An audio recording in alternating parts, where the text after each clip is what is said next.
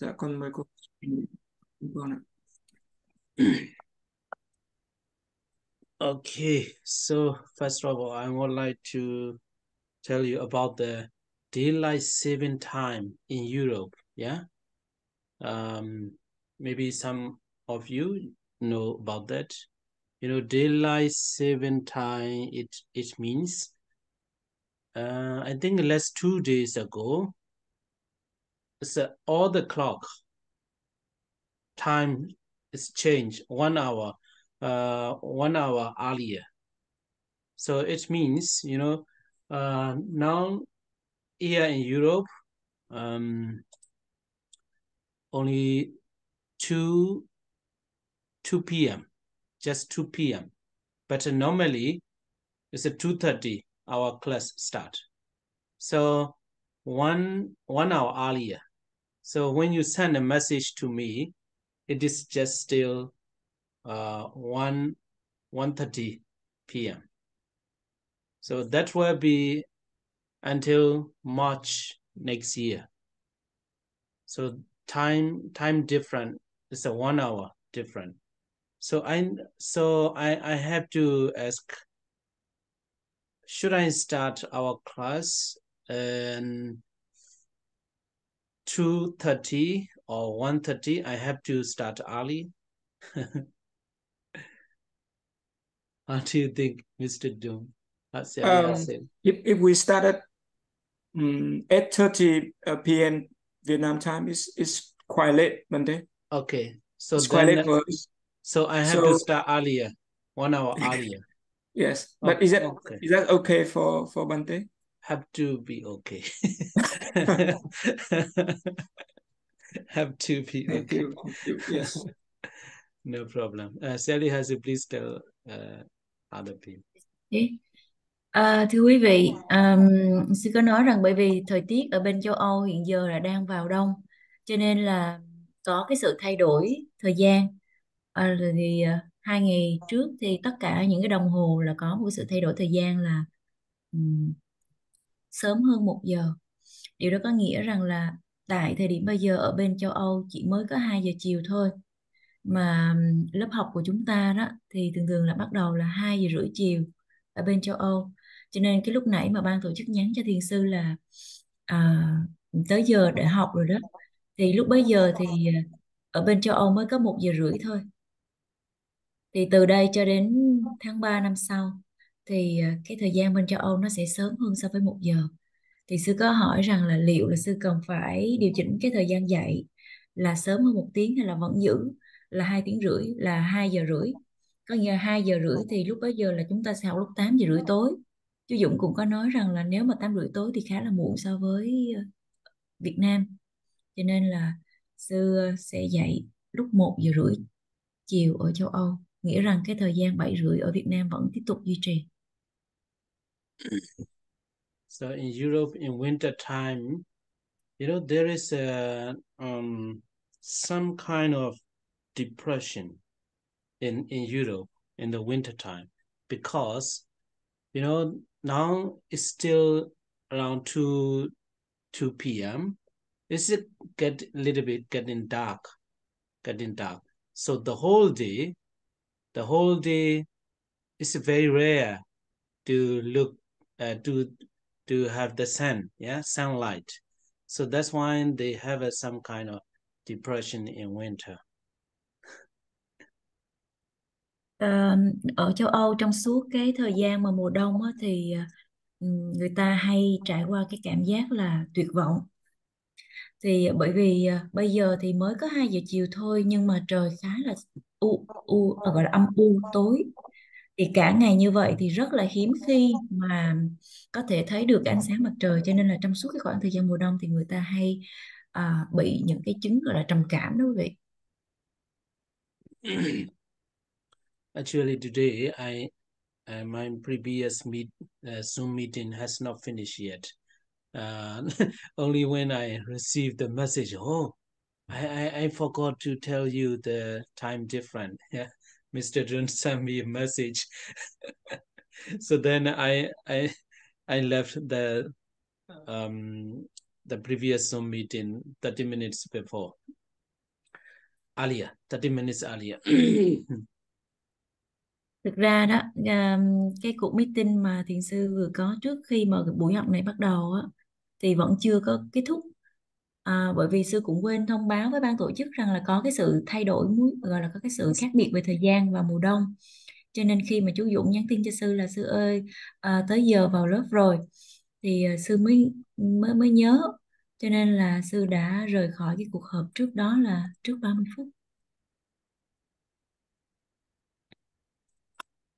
Because I don't want to miss today's class, because next Friday I have the funeral again in the Hamburg. I will be in Hamburg, so that's why next Friday there's no class because of the funeral.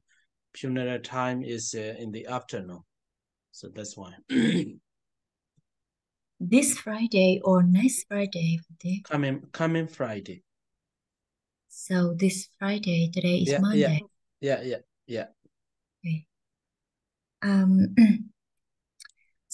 Sở dĩ sư không có muốn gọi là sư phải rời cái cuộc họp trước đó sớm, bởi vì sư không có muốn là bỏ mất cái buổi học ngày hôm nay. Bởi vì vào thứ sáu thì sư phải dự một cái đám tang ở Hamburg, cho nên là thứ sáu này chúng ta sẽ nghỉ. Okay, so I think last week we are talking about the Pachaya Sannesita Sila. What is the message here to everyone? In the message box? The message say that we thank you to you, Panti. Okay, you're welcome. What I worry is it might be boring, you know. Because this actually I'm also not very interested in this in this part, yeah, not very important one to practice, but one thing is we have to reflect wisely whatever using, because the people donate because they work hard and they took out from the what they have, and so we have to we have to respect that. So that's why we have to reflect, we have to use the offerings, yeah, wisely, like that, yeah.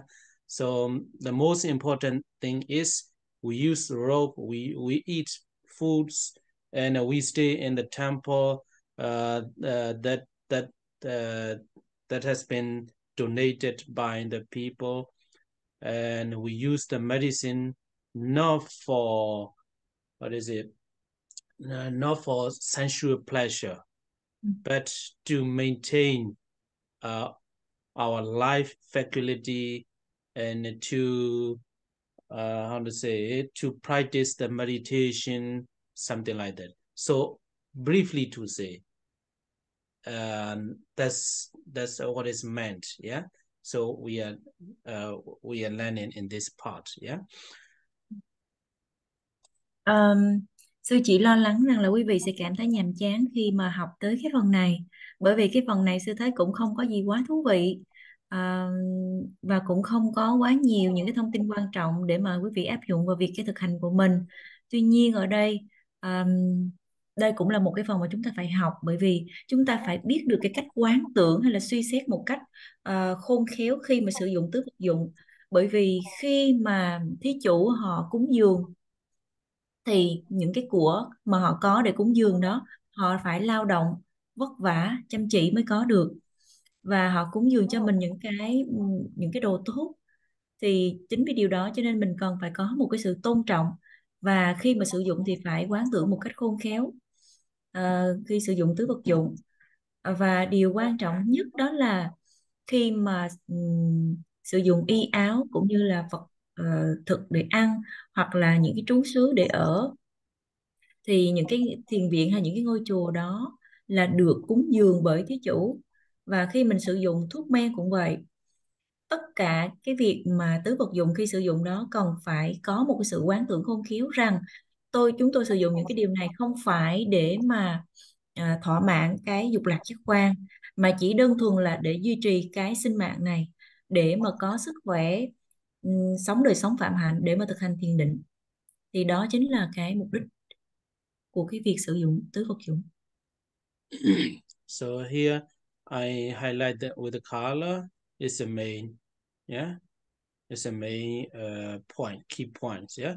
So we use that not for intoxication, not for smartening, not for embellishment, yeah, and not for the clear skin or complexion as well, we can say. Thì ở trong cái đoạn tiếng Anh thì sư có gạch ở phía dưới những cái điểm quan trọng, đó là dùng không có để say sưa, rồi dùng không có để không phải là khiến cho mình trở nên là thông minh hơn, rồi dùng cũng không phải vì mục đích là để trang điểm, để tô đẹp bản thân, và sử dụng là cũng không phải là để làm cho da nó sáng hơn hay là có được cái làn da đẹp. And here the clause neither for amusement is stated for the purpose of abandoning support for delusion. So here this one as well not very important one, yeah. So let me skip this one, yeah. And next one is of this body, of this material body, consisting of the four great primaries, for the endurance, for the purpose of continue endurance, and continuance for the purpose of not interrupting life's continued occurrence, or for the purpose of endurance for a long time. So here as well, because it is the way of the commentary, yeah. So the comment, if we read the commentary, there is a lot of such an explanation like that, yeah. So here so continuance, endurance, it means to maintain our life faculty, yeah, to live longer, endurance for the long time. He makes use of alms food for the purpose of endurance, for the purpose of continuance of the body, as the owner of an old house uses props for his house, as a carter uses axle grease, not for the purpose of amusement, intoxication, smartening, and embellishment. So this is the main keywords. Yeah, not for amusement, not for intoxication, not for smartening, not for embellishment. Furthermore, endurance is a term for the life faculty. So what I said is this one, life faculty for the Abhidhamma students, you know, the life faculty, Jivi Tendriya. I think for the Abhidhamma, only Abhidhamma students will know that one. So life faculty, so Jivi Tendriya, there is two kinds, yeah. So material Jivi Tendriya, material life faculty, and mental life faculty. So here it means material life faculties, yeah. So to maintain our life faculty.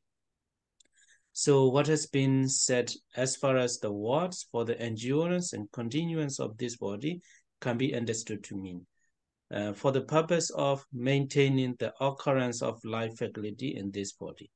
So briefly, let us say briefly to say, so we use the alms food not for amusement, not for intoxication, not for smartment, and not for embellishment, and to maintain our life faculty for a long time, with the intention of to practice the meditation like that. Briefly to say, that's it.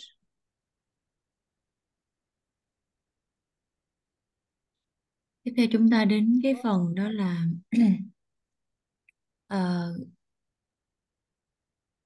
có một cái slide trước đó nó đề cập đến là những cái gọi là cái việc sử dụng mà không để làm tiêu khiển thì cái điều này không có quan trọng, cho nên sư sẽ lướt qua. Tiếp theo chúng ta sẽ học đến cái phần đó là liên quan đến cái tấm thân này. Ở đây cũng vậy. À, đây là những cái nội dung mà được đề cập trong chú giải.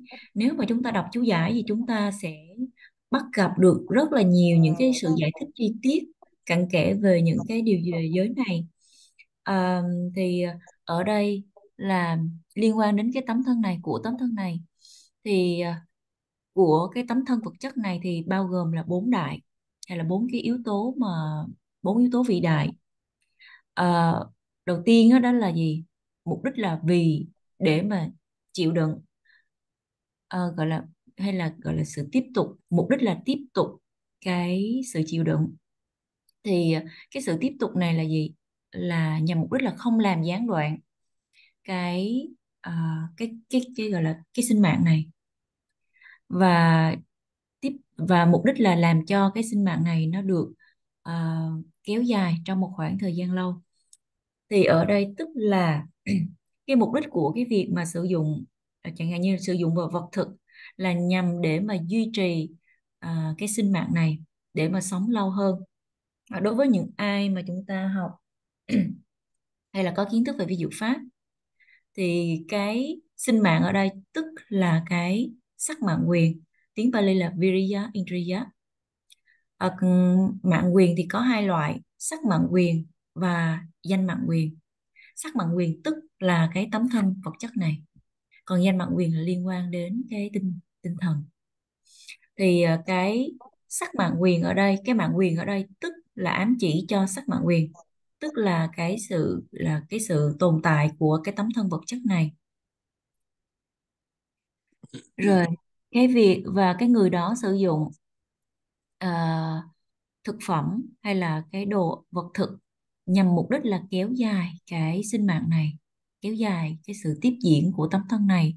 Bởi vì cái tấm thân này nó giống như là một người chủ của một ngôi nhà cổ mà còn phải sử dụng, gọi là nhà cổ sử dụng cái đồ đạc của cái ngôi nhà của mình, và hay là như một cái người đánh xe dùng cái mỗi trục xe, chứ không phải là nhằm mục đích sử dụng vật thực để mà giải trí, để mà say sưa mê đắm, để mà trở nên thông minh hơn, hay là để mà làm đẹp tô điểm bản thân mình. Hơn nữa, cái việc mà duy trì hay là chịu đựng đây là tức là ám chỉ đến cái sắc mạng quyền. Vì vậy, những ai mà đã nói rằng những gì đã được nói về những từ chỉ cái sự chịu đựng, chỉ sự bền bỉ, chỉ sự liên tục tồn tại của tấm thân này, thì có thể hiểu được là gì? Nhằm mục đích duy trì sự hiện hữu cái năng lực sống trong cơ thể này.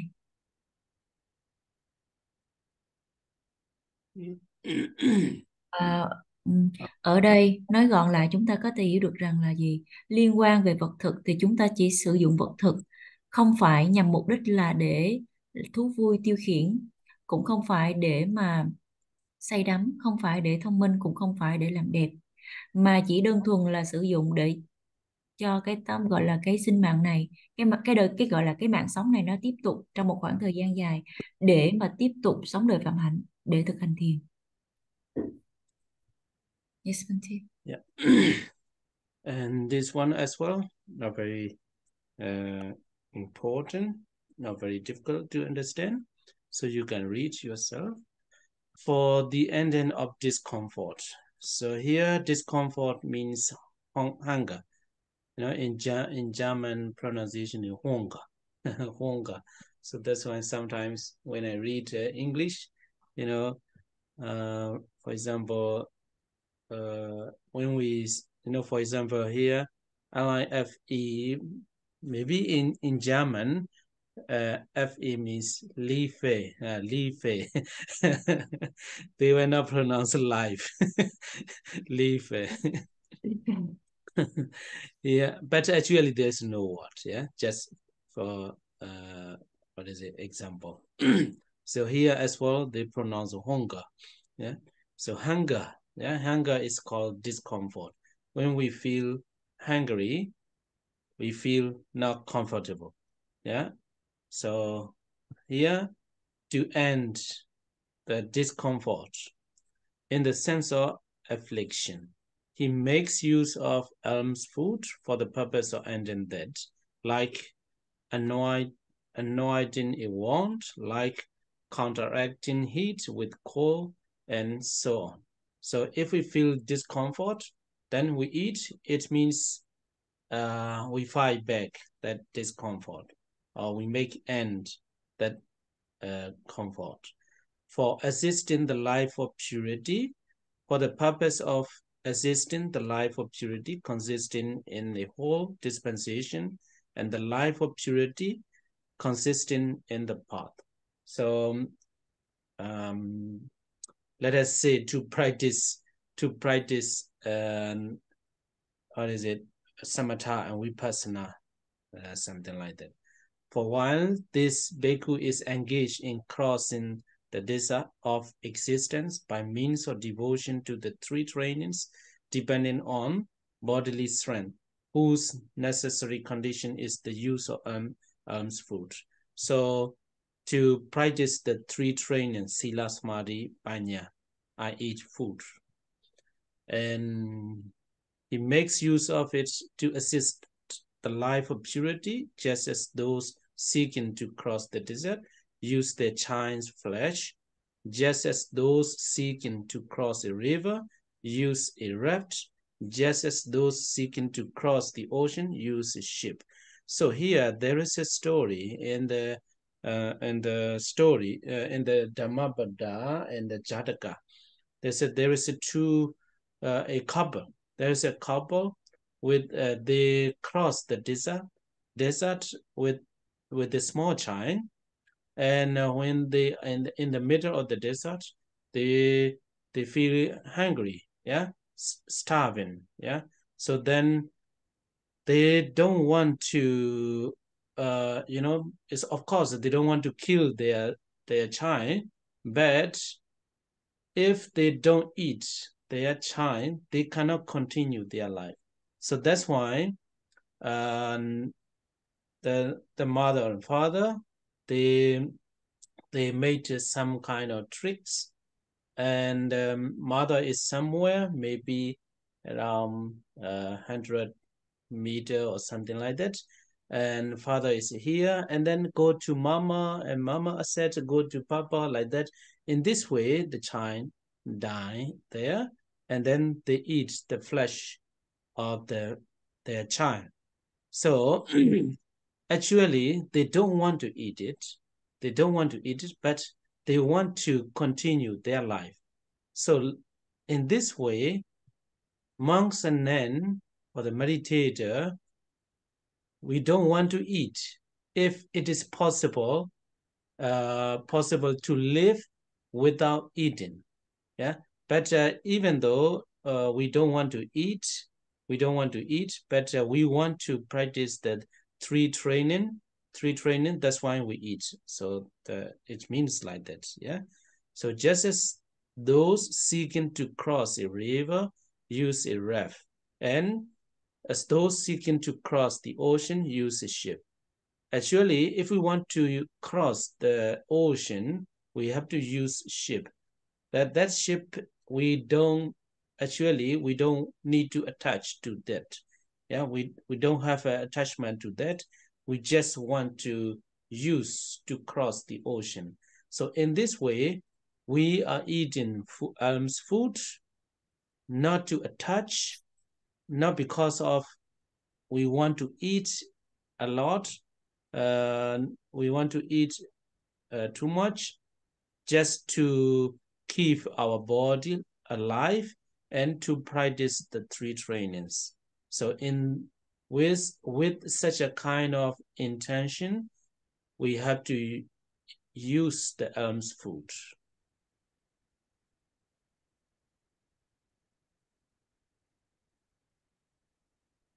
Cái đoạn này thì cũng không có gì quá khó khăn, cho nên là chúng ta có thể là đọc cùng nhau. Đó là để chấm dứt cái sự khó chịu. Thì cái sự khó chịu ở đây chính là cái sự đói bụng, cơn đói.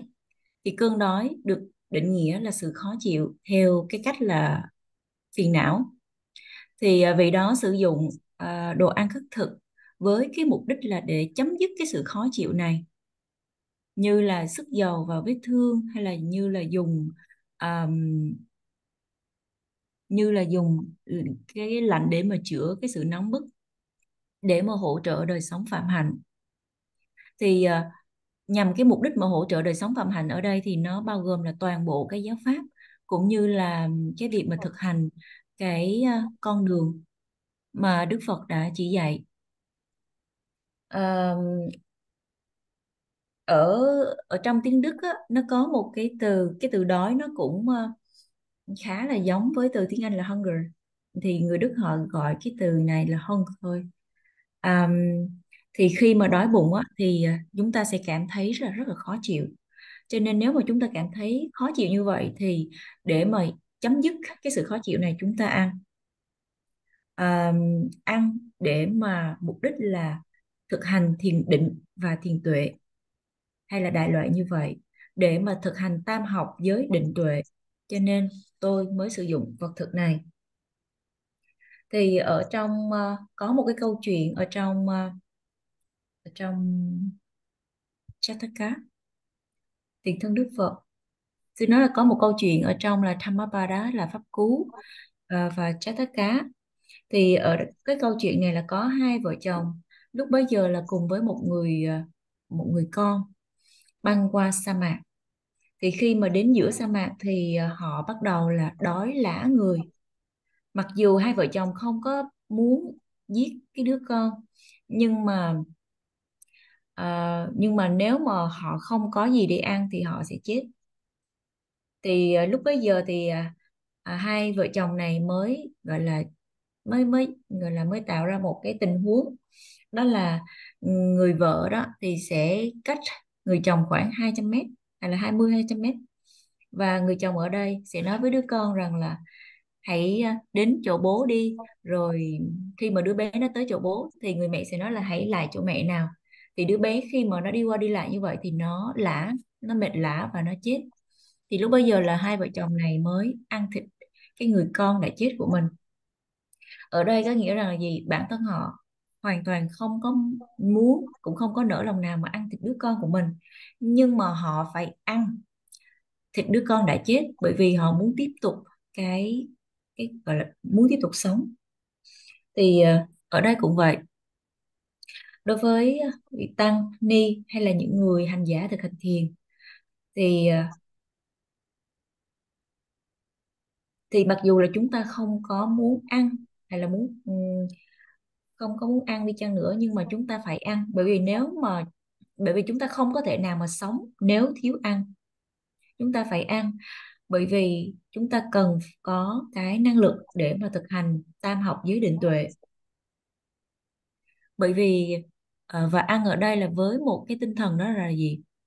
Giống như một cái người mà muốn vượt qua sa mạc đã phải ăn thịt đứa con của mình, cũng giống như một người muốn vượt qua con sông thì phải dùng bè, giống như một người muốn băng qua đại dương thì phải dùng thuyền.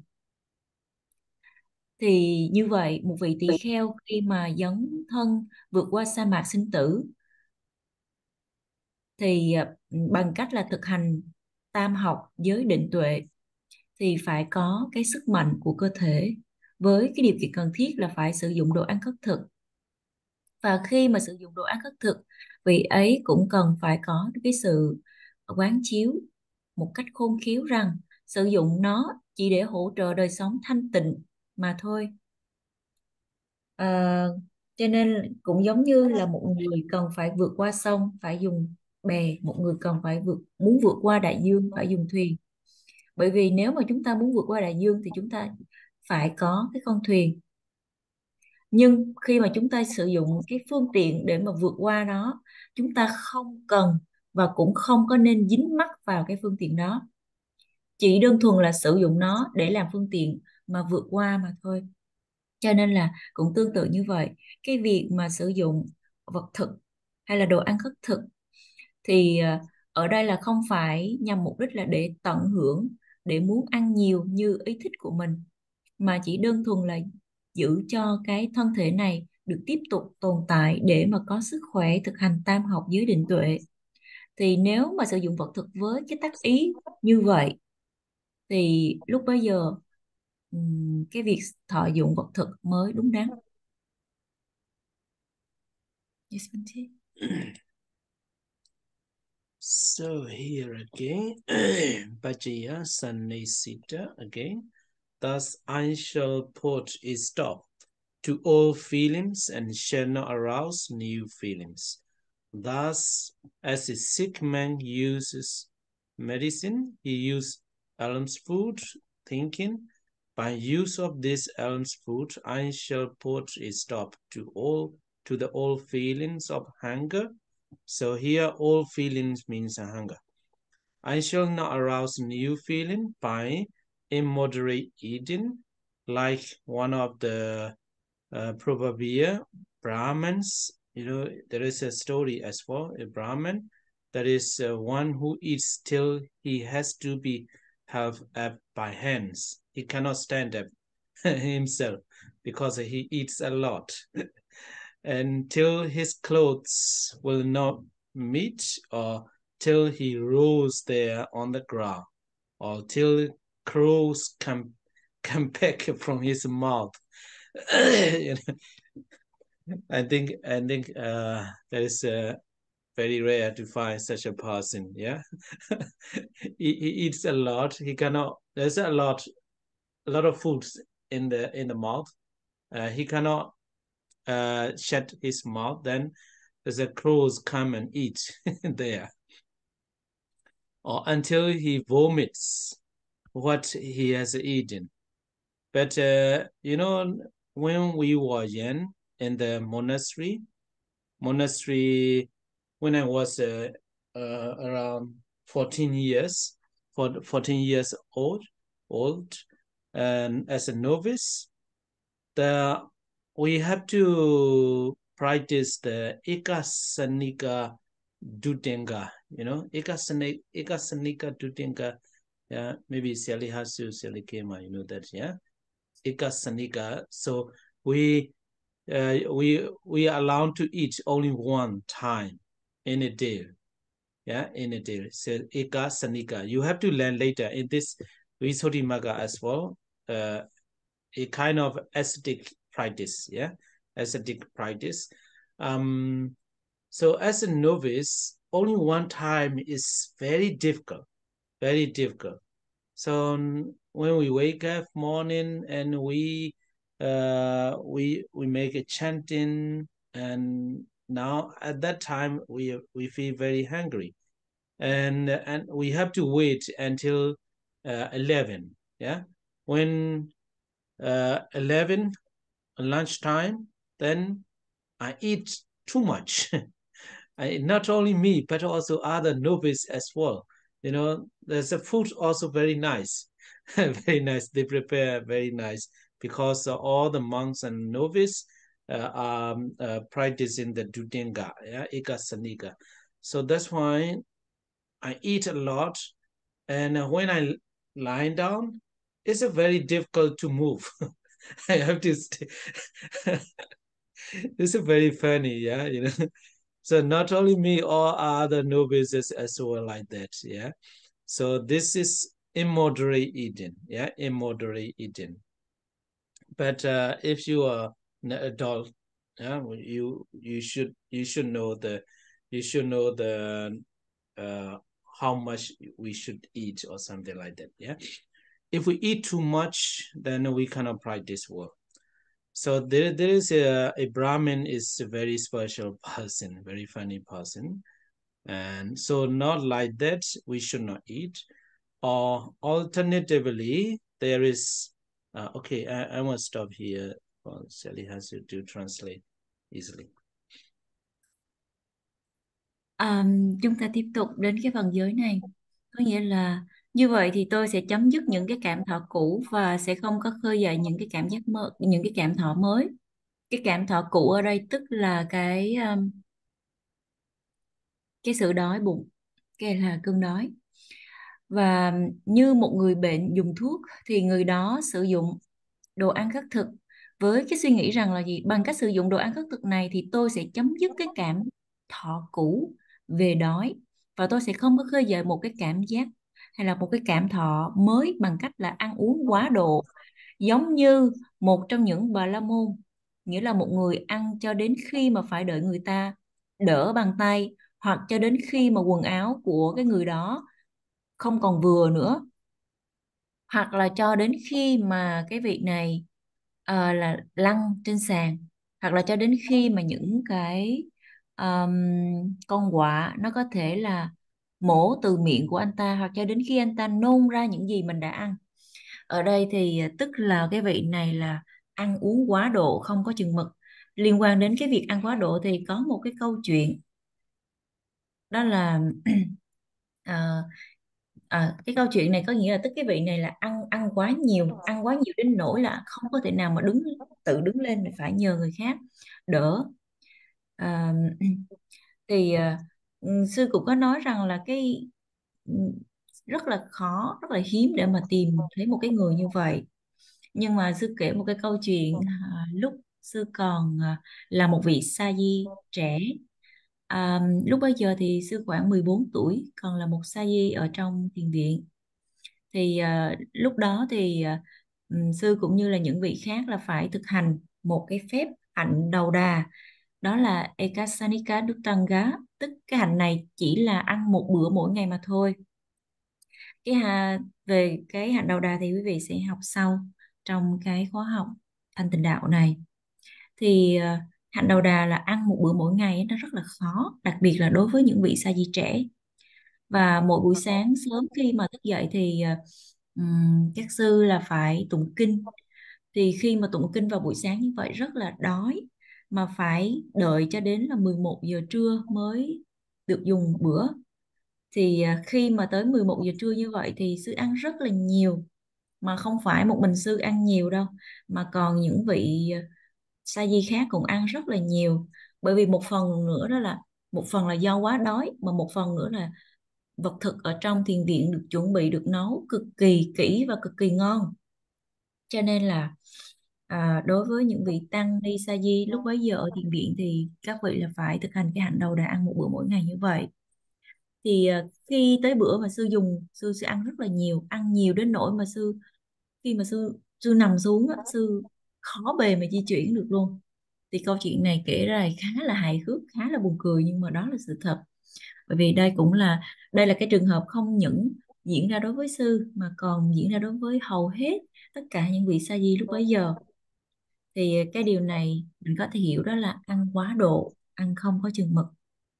Nhưng mà nếu mà chúng ta là người trưởng thành, là người lớn, thì chúng ta sẽ biết được là cái cơ thể của mình nó cần phải dung nạp một lượng thức ăn bao nhiêu để nó đủ đảm bảo cho cái cơ thể mình nó duy trì cái sự hoạt động trong cả ngày. Thì nếu mà chúng ta ăn quá nhiều thì chúng ta sẽ rất là khó để mà thực hành thiền.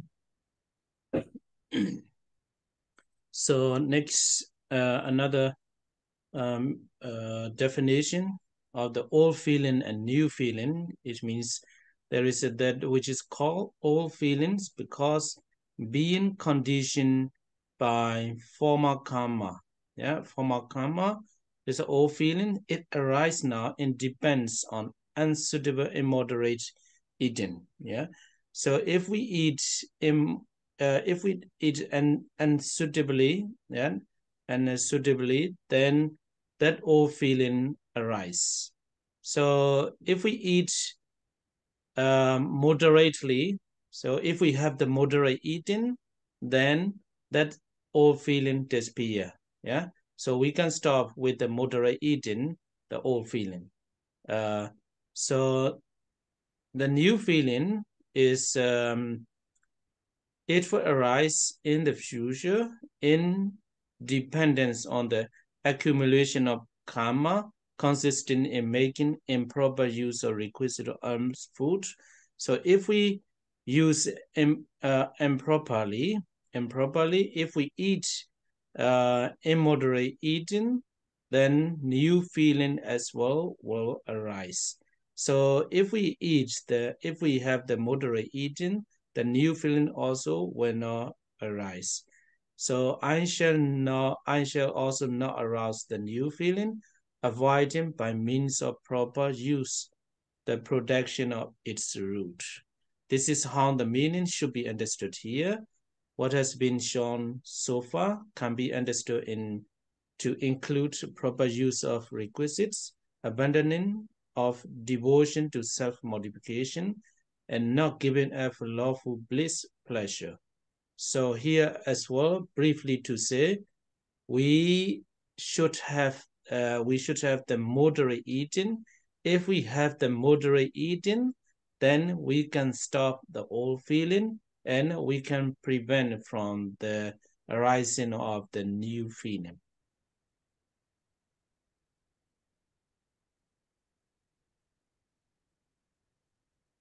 Tiếp theo ở đây là một cái định nghĩa khác về cái cảm thọ cũ và cảm thọ mới. Thì ở đây thì đó là cái mà được gọi là cảm thọ hay là cảm giác cũ, bởi vì do nghiệp trước đây tạo điều kiện cho nên bây giờ nó có cơ hội phát sinh, và nó phát sinh như vậy phụ thuộc vào cái việc ăn uống quá độ hay là ăn uống một cách không thích hợp. Thì tôi sẽ chấm dứt cảm thọ cũ đó và ngăn chặn cái tình trạng của nó bằng cách là ăn uống vừa phải, phù hợp, và cái mà được gọi là cảm thọ mới hay là cảm giác mới, bởi vì nó sẽ khởi lên trong tương lai tùy thuộc vào sự tích lũy nghiệp, bao gồm cái việc sử dụng không thích đáng những vật dụng cần thiết, hay là cái việc mà sử dụng không có chừng mực đồ ăn khất thực. Thì ở đây là chúng ta sẽ hiểu được rằng là gì, cái cảm thọ cũ ở đây là nó sẽ được tạo tác là được duyên bởi những cái nghiệp quá khứ, và nếu mà chúng ta ăn không có phù hợp thì những cái cảm thọ cũ nó sẽ sinh khởi, và nếu mà chúng ta ăn một cách là chừng mực và phù hợp thì những cái cảm thọ cũ này có thể được ngăn chặn. Còn đối với những cái loại cảm thọ hay là những cái cảm giác mới cũng vậy, nếu mà chúng ta sử dụng vật thực hay là chúng ta ăn uống một cách chừng mực, điều độ, thì những cái loại cảm thọ, những cái cảm giác mới nó sẽ không có sinh khởi. Thì cho nên là gì?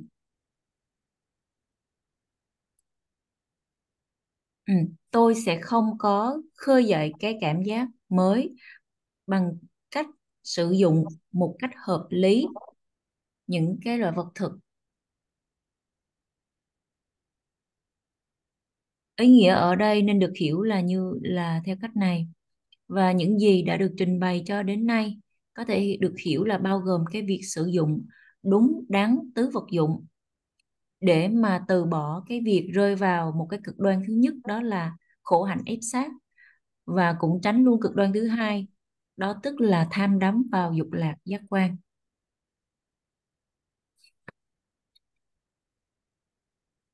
Okay. So here as well, and I shall be healthy in this body, which exists in dependence on requisites. I shall, by moderate eating, have health called long endurance, since there will be no danger of severing the life faculty or interrupting the continuity of the posture. So this one also a kind of intention, but it is also not new. So our body exists depending on our requisites, yeah, 4 requisites. Without 4 requisites, our body cannot exist. But it should be the moderate eating, and so long endurance here as well, not a new one, yeah. If we practice the meditation, if we feel very hungry, then we cannot maintain our posture, yeah, posture that will interrupt the posture. So that's why we eat with the intention of not to interrupt our body posture. Yeah? Reflecting in this way, he makes use of alms food as a sufferer from a chronic disease, thus of his medicine. So a sufferer does not want to take a medicine, but if he wants to live longer, he has to use it. So like that, actually, if it is possible without eating, we don't want to eat. Yeah, we don't want to eat. So it means that there is no attachment to no attachment or eating. Yeah, like that. But we are still eating because we want to maintain our body and to practice the 3 trainings like that. Yeah, like a person who has suffering in a disease does not want to take a medicine. And the blameless and live in comfort. Have a blamelessness and comfortable abiding. He makes use of them, thinking, I shall have blamelessness by avoiding improper such a substance and eating, and I shall have comfortable abiding by moderate eating. Or he does so thinking, I shall have blamelessness due to absence of such faults as boredom, sloth, sleepless, blame, bind the wise, etc., that have unseemly immoderate eating as their condition, and I shall have a comfortable abiding by producing bodily strength, and that has seemingly moderate eating as its condition. Or he does so thinking, I shall have blamelessness by abandoning the pleasure of lying down, lolling and torpor through refraining from eating as much as possible to stuff the belly, and I shall have the comfortable abiding by controlling the 4 posture through eating 4 or 5 mouthful less than maximum, for this is set with 4 or 5 lumps still to eat. Let him then end by drinking water. For energetic bhikkhus needs, this should suffice to live in comfort. Now, what has been shown at this point can be understood as discernment of purpose, practice of the middle way. So there's a lot, yeah? There is a lot. I think Sally has said you don't need to translate all these. So I will tell you the key point. Yeah, key points as well is very it's also not new. Yeah, not new. We use the requisites, and we use the requisites not to interrupt our posture of practicing the meditation, and that is one key point. And we use the alms food without attachment, like such as a person who has a disease take the medicine, he does not attach to the medicine. His intention is he used the medicine with the intention of the curing himself. So does not attach to the medicine like that. We should not attach to the food and requisites like that. And also here is one thing. So by abandoning the pleasure of lying down. So if we are sitting, we feel tired, we want to lie down, and we feel, oh, that is good, yeah, like that, yeah. So we have to abandon such a pleasure of lying down, and lolling and torpor is a tinamata, yeah. Tinamata is like a sleepy, yeah. Torpor, through refraining from eating as much as possible to stuff the belly, I shall have a comfortable abiding by controlling 4 posture. So here, there is a one point is if we eat, we have to starve. We have to starve before our belly is full. Here 4 to 5 mouthful, yeah, 4 to 5 mouthful. So for example, if you eat the 4 to 5 mouthful, and your stomach will be full maximum. So that's why we have to reduce 4 or 5 mouthful, and then we have to drink water. In this way, you can have the healthy body. Yeah, healthy body. You can practice in this way. Yeah, if you want to get a healthy body, then you have to reduce 4 or 5 mouthfuls. Yeah, instead of 4 or 5 mouthfuls, you have to drink water. Okay, so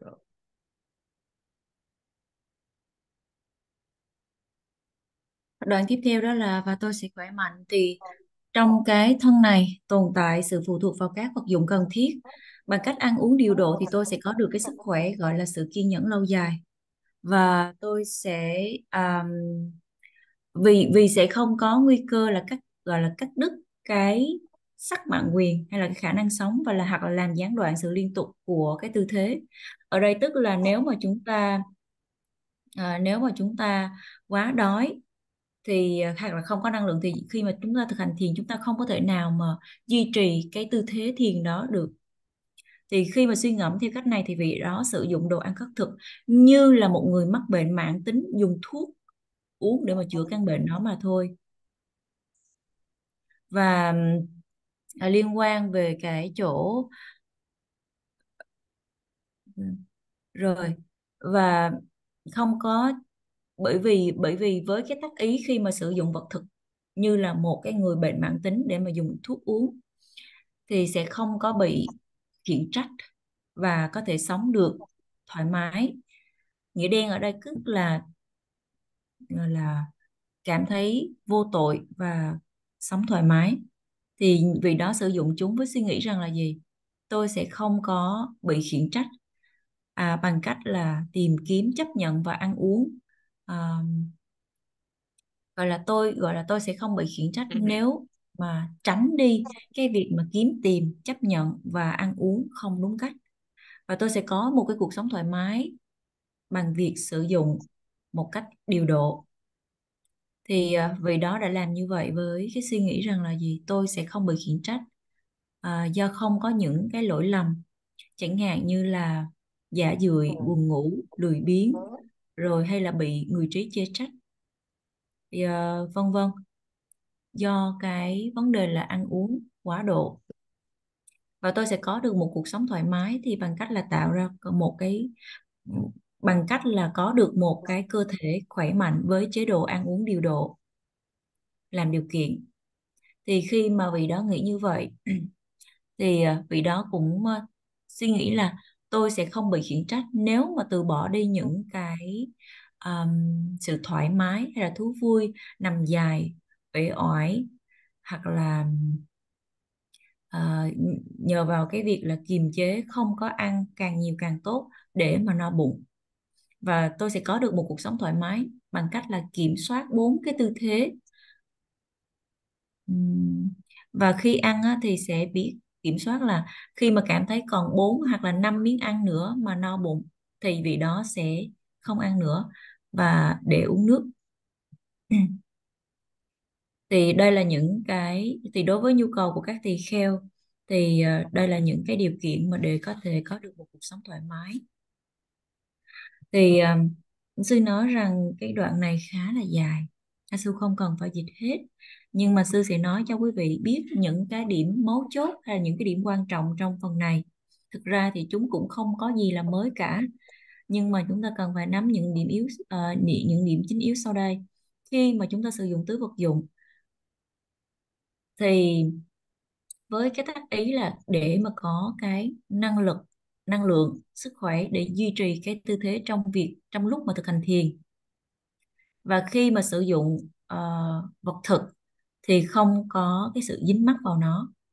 Sử dụng vật thực như thể là một người bệnh uống thuốc, mà nếu mà uống thuốc để chữa bệnh thì không có lý do nào để dính mắc vào cái thuốc chữa bệnh đó. Bởi vì uống thuốc chỉ để chữa cái căn bệnh mà mình đang mắc mà thôi. Cho nên là ngoài cái việc không có dính mắc vào vật thực thì cũng không có dính mắc vào tứ vật dụng. Và ở đây có nghĩa rằng nếu mà chúng ta ngồi quá lâu đó thì cái cơ thể nó sẽ mệt mỏi. Thì lúc bấy giờ là mình nằm xuống để mình giải tỏa cái sự mệt mỏi đó, chứ không phải nằm xuống rồi mình cảm thấy là ô thật là thoải mái, thật là tuyệt vời. Thì cần phải loại bỏ đi cái cảm giác là tận hưởng thoải mái của cái tư thế nằm.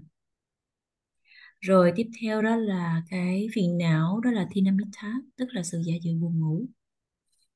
Khi ngủ, khi mà cần thiết. Rồi tiếp theo nữa đó là liên quan về tứ oai nghi, là 4 cái tư thế đi đứng nằm ngồi, thì phải luôn kiểm soát 4 cái tư thế này. Ừ. Một cái điểm quan trọng nữa đó là nếu mà khi mà chúng ta ăn thì chúng ta cần phải dừng lại khi mà mình nhận ra là gì, khoảng 4 hoặc là 5 miếng ăn nữa chúng ta sẽ no bụng, thì lúc đó phải dừng lại.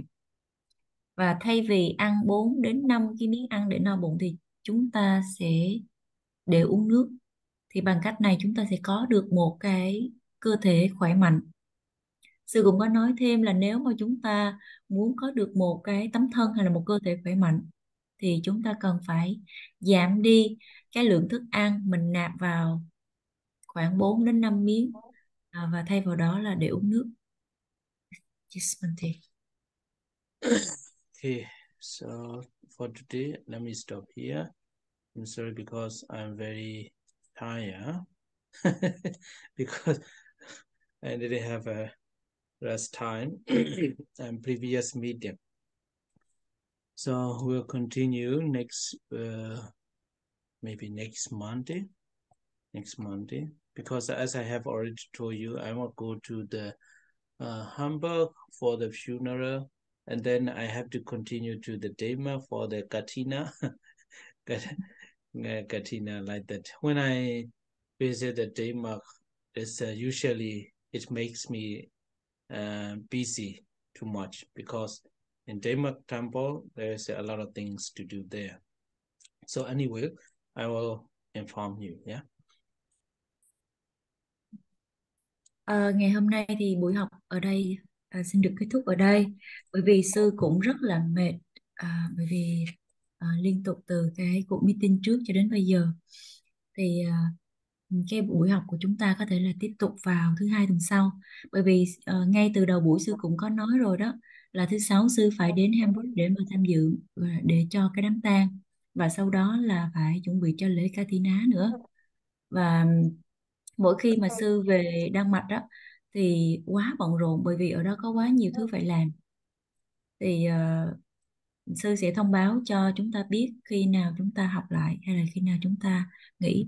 Đến bây giờ thì đến phần chia phước và hồi hướng phước. Xin mời quý vị chúng ta chánh niệm để mà lắng tâm theo. Okay, let's make share. Mary.